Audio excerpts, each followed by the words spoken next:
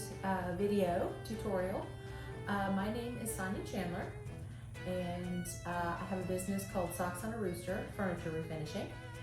And I am doing a video today about using the products Venetian Plaster and burlap. Where cultures collide here, we're going to create two wall panels, kind of with a beachy vibe, more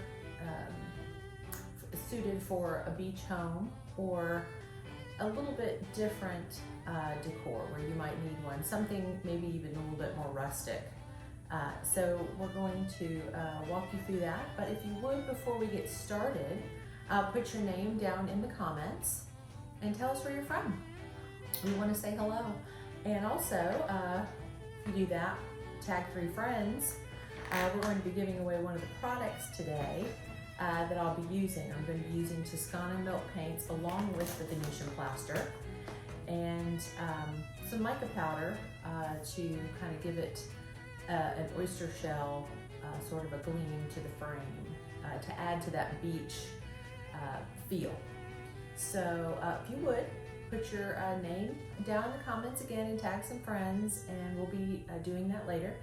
Also, if you have any questions, put them in the comments and I will get back and answer them. But I'm going to get started here and show you overhead shots of how we took this burlap, added some plaster and some milk paints, and turned it into a unique artistic piece of art. And let's get started. Hi guys. Okay, so here we are, and I have my 2 pieces of burlap already cut for the 2 panels. And I'm just going to mix my Venetian plaster up in this container. Now, I'm going to need a lot more than I need for a smaller project, obviously. And normally I have Venetian plaster mixed up and on hand. It keeps, once you've mixed it up, if you put it in an airtight container, it keeps. So a lot of times I'll leave it mixed up for smaller projects. But here I knew I was going to need a lot. So here I am with a bag, mixing slowly and adding more as I go, trying to determine exactly how much I'll need for these 2 panels. I have approximately 8 feet of panel that I need to cover. And I knew that I wanted it to not be super thin, but enough, to give it a solid surface to where I didn't want to see any of my burlap showing through. So I'm just mixing here, and you're going to want to add your Venetian plaster in and add warm water and mix till it's almost a sour cream consistency. And then I'm taking my trowels here, which I have a couple of different styles and sizes here. You can choose to use what you like. And I'm going in, and a lot of times you'll get a chunk or a lump of Venetian plaster that has kind of gotten encapsulated in the water or the moisture. So I'm just taking those pieces and pressing them between 2 trowels. And that's what I'm doing there. I'm just kind of pressing any of the dry little clumps that I don't want to spread onto my burlap. And you just want to take your time and mix this plaster up slowly, so you make sure you get all of it mixed really well. And ultimately I added quite a bit more for these 2 panels with just a thin coating. I used about a bag and a half, so you can decide on that how the thickness you like. But as I'm applying it here, I'm just pressing it onto the back of my trowel, and I'm spreading it just like you would if you're icing a cake. I do have paper underneath my burlap here, so as to not have too much of the plaster go through onto my table. But as you can see, I have 2 different trowels here, and I'm not using a traditional large Venetian trowel that I would normally use for the wall. I'm just using some smaller ones, and if you notice, they do have rounded ends to them. If you have anything with a sharp corner, it's going to leave a line or a scrape. So try to find those with rounded corners. But I just worked my way down the burlap here. It's spread on very easily.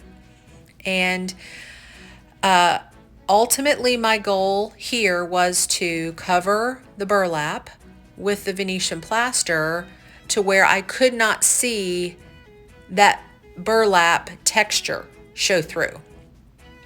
And so I just worked my way down and got a pretty even coat all the way down. And then once I was at the end, any places that I could see, and you can see there on the camera, that there are many areas that you can see the brown of that burlap or that jute, and you can see the texture. So after I had gotten to the end of my 4-foot panel, each panel was 4 feet, I just went back in and covered those areas that might need a little bit more. It's very, very forgiving. The plaster, it doesn't dry super quick, so you have plenty of playtime there. And I just went back in, and I didn't go all the way to the edges on here. There's a bit of a border because I knew I would be cutting this to fit inside of the 2 panels, the framed panels. So here I'm just going back and making sure that I kind of spread it evenly over those areas that might have had the burlap show through. And again, this is your choice. I did try a piece that had a little bit thinner burlap on it. It does crack easier when it's thinner. You'll have more cracking. You'll have more that will fall away if you want that look. But I wanted a little bit thicker coat, so I went back over, and as you can see here, I'm just covering those areas that the burlap is showing through. And it's very easy to do. You have plenty of time. And when you're doing a piece this long, I just set this whole piece of paper down on another area to dry. Then I moved on to the fun part. This is the milk paints I was going to use, and I was going to use some mica powder. I ultimately was going to use the topiary. This is the milk paint, Toscana milk paint in topiary that I'm mixing here. And I was going to use Summer Bonfire, and that was it. But then the more I started to think that these looked more like a rustic beach house type feel or artwork, I thought a pretty blue would be nice to mix in there. So ultimately I mixed together Central Park with a little bit of Amalfi Coast. So I have that mixed there, and I'm just here mixing up my Toscana milk paint, which if you've watched any of my videos before, I mix my milk paints very slowly, and I start to where I put just enough water in to make a paste. And then I slowly increase the amount of water, mixing slowly. That way I don't get any bubbles and any foam. And then once I have mixed them to the consistency that I desire, I set them aside. And I allow that Toscana milk paint, those ingredients, to soak up and continue to absorb that water. And then when I'm in about 20-30 minutes, I'm going to come back and add, a couple more droplets of water.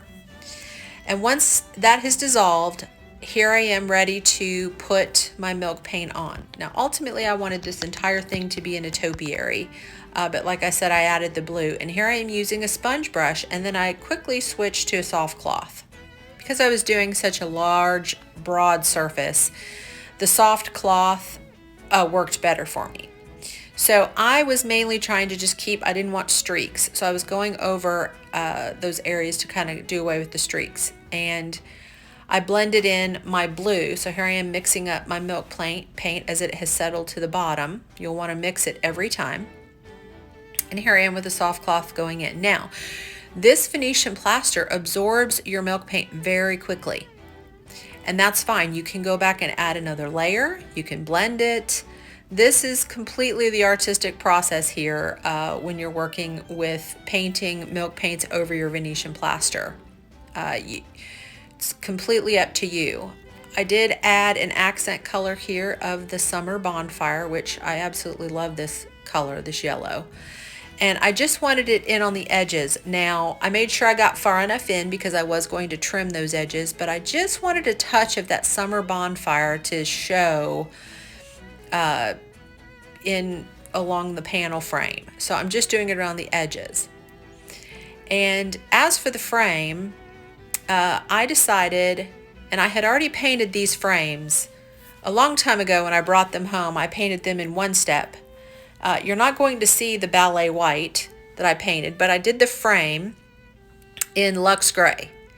And I felt like that was complementary to the colors I was going to be using, but I thought it would be beautiful if I used some pearl mica powder with some Mind Your Own Beeswax and did a wax, because it looks as if it has a very beach shell type appearance to it.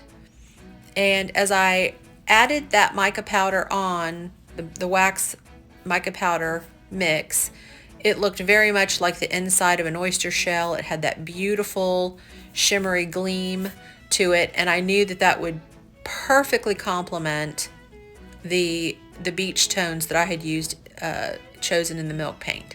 So here I am just going around my frame and I'm painting it on. And the mica powder is just a dry powder, just like your milk paint. And you can mix that right into the Mind Your Own Beeswax, which is liquid. You can squirt that into a little bit of a container and mix that together. You just want to make sure you get enough wax in there. If it's too dry, it will not paint on, but you can see here how beautiful that gleam is from that pearl. And it looks just like the pearl sheen from a beach shell. So I'm just going in and painting this on and buffing it off, and went all the way around both frames here. But the mica powders are a beautiful complement to the milk paints. And they completely take your one-step paints up an entire notch. So I have the one step in Luxe Gray on the frame here, and I'm going around and putting a pretty thick coat of the wax on with the mica powder, because I want that finish to be very prominent. I want that sheen to show up against my burlap and Venetian plaster artwork. So you just paint this on. You're just painting. I'm using a brush to paint that wax on, and then I'm taking a soft cloth to wipe away and remove some of the wax. Now, as my final step on my dried piece, this is dried now. My Venetian plaster and my milk paint is dried.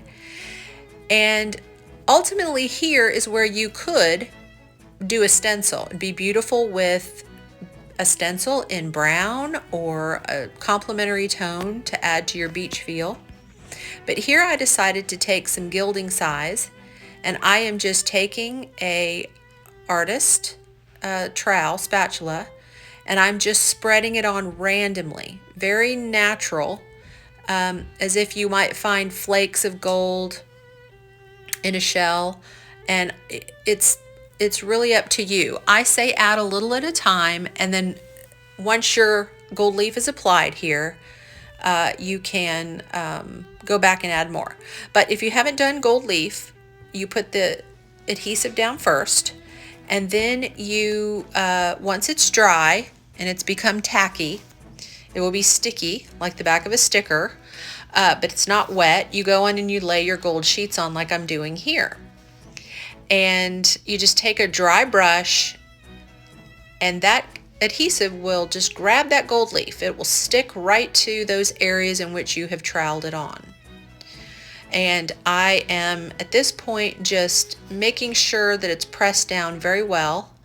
You want to do that because the burlap has that texture, so it's not as smooth of a surface as it normally would be. And then I'm brushing away all of the excess that did not stick to any of the burlap. And as you can see there, it's just very random. And then here's where I decided to roll it. This is just going to add some crack and some texture, more texture. You do not have to do this. I did like the surface without it being rolled, but thought I would try a corner of it and liked it. So I did roll that and pulled some of the pieces away. And it just gave it a little bit more texture and aging technique. But it ended up beautiful. And these panels can now be used both hung horizontally or vertically. As you can see there, the gold and the cracked Venetian plaster is beautiful, but you can apply these to the wall horizontally, such as this, or you can do them upright. I hope you guys enjoyed this video today. If you have any questions, please leave them in the comments and I'll answer them. Thanks for watching.